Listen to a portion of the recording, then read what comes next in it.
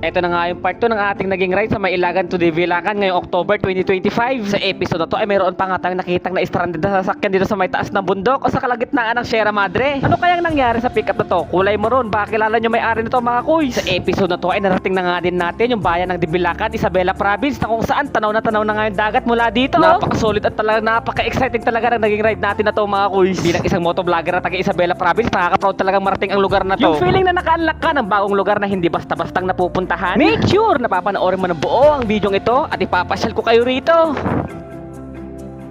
Sa pagpapatuloy nga ng ating kwento ay narating na nga din natin itong pangalawang tulay after ng Disupi Bridge. Mabilis ang stopover nga lang mga kuys, tapos lumarga na rin agad kami. Napansin ko nga din mga kuys, dumadami na rin yung bumabiyahe papunta ng Divilacan gamit ang XRM. Actually mga kuys, madami nga kaming nakasalubong at the same time madami din kaming nakasabay. Pansin ko lang din mga kuys, natanggal na talaga yung mga mahihirap na parte sa ruta na to. Kung ang tanong nyo ay kaya na magpasukin talaga to ng motor, kayang-kaya na talaga mga kuys. Wag lang yung mga automatic. Pinaka-the best gamitin talaga dito yung mga pang tricycle na motor gaya ng Rusi, Euro, ganon. Talagang alanganin pa nga yung mga automatic na motor dito dahil sa mga river crossing mga kuys. Sa mga nagtatanong pwede na ba ang sasakyan, pwede mga kuys. Ang dami naming nakasabay na sasakyan dito. Meron pa nga yung jeepney, yung maliit na sasakyan. Karamihan kasi ng daan ay napatag na ng maayos. Kagaya nito, matigas na lupa na maraming bato-bato na maliliit. May mga counting part na lang na medyo mahirap, pero mas mahaba at mas madami pa rin yung parte na maayos naman yung daan. Bali, ipapakita ko na lang din pala sa inyo yung mga mahihirap na part. At kayo na lang ang bahalang tumingin kung kakayanin ba to ng motor o sasakyan nyo. Sa ride na to ay madami nga kayong madadaanan ng river crossing kagaya nito. Medyo mataas din kasi yung tubig ng ilog na to. At sa tingin ko hindi to kakayanin ng mga Mio. Pero kung dekambyo naman, kayang-kaya yan. Basta dekambyo at dekadena, pwede dito. Sa tansya ko, nasa 10 river crossing siguro yun, pero maliliit lang naman. Ito nga na naman tayo sa parte ng Maputek, pero maikli lang naman to. Gaya nga nasabi ko kanina, mas madami pa rin yung parte ng Patan. Another river crossing ulit mga kuys. Sa tansya ko, nasa 10 river crossing siguro, pero maliliit lang naman na ilog, kagaya nito. And finally mga kuys, narating na nga natin yung pangatlong tulay. Bali, ito na nga ang pinakahuling tulay na sementado na madadaanan natin bago makarating ng Divilacan, Isabela. Na kung saan mga kuys, ito na nga ulit ang nagsilbing stopover natin sa ride na to. Hindi talaga ako makapaniwala na hanggang dito sa pinakahuling tulay hindi nga tayo nahirapan marating to. At nagtuloy na nga ulit kami sa biyahe mga kuys. Sa tingin ko mga kuys, ito na nga yata yung pinakamahirap na parte kapag papunta ka pa lang na Divilacan. Medyo mataas kasi itong akyatan na to, tapos paliko pa. Kaya medyo mahihirapan kang bumuelo sa pag-akyat dito, pero kaya naman kahit papano. Wala, ito nga rin pala ang isa sa pinaka nakakalulang parte ng ruta na to. Pero kahit papano, kaya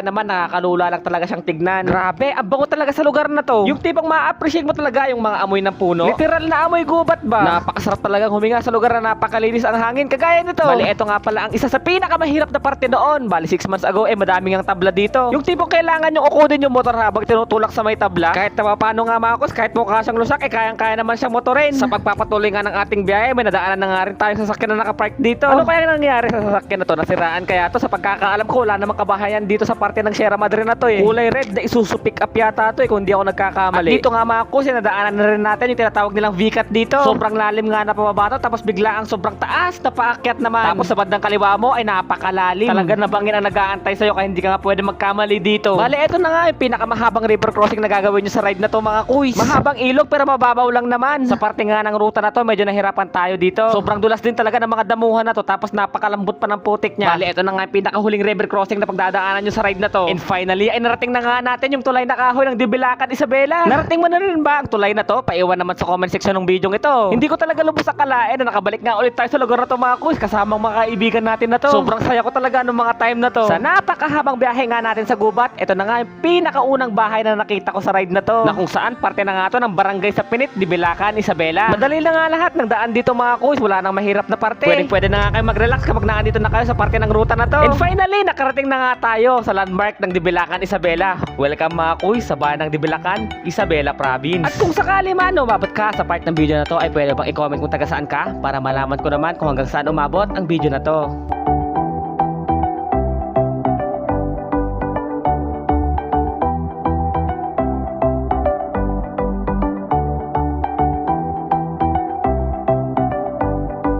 Uy, kuys! Nabilitaan mo na ba yung naka-flash sale ngayon na tubeless na gulong sa Shopee? Bali, eto nga pala ang KRX tubeless tires. Sa halagang 420 pesos nga ay pwede ka na magkaroon nito. Lahat nga ng rim sizes ay available sa kanila. Kaya kung ang motor mo nga ay NMAX, Honda Click, Aerox, Sniper o kaya Raider, ay tamang-tama nga sa'yo ang video na to. Kaya habang nakabodega sale nga sila ay mag-order ka na ng gulong mo. Paubos sale na lang to.